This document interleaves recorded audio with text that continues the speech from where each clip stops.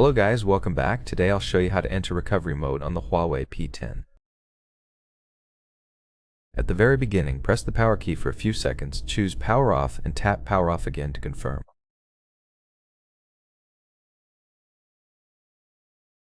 Afterwards, prepare a micro USB cable connected to your PC and start holding volume up on your phone.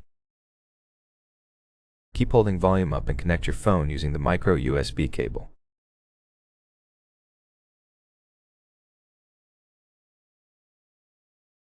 Release volume up as soon as the HUAWEI logo appears on the screen.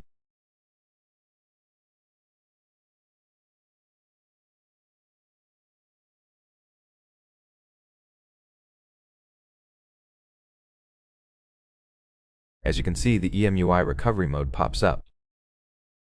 You can perform a hard reset or wipe cache partition here.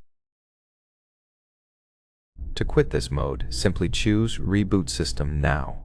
Disconnect your phone from the micro USB cable.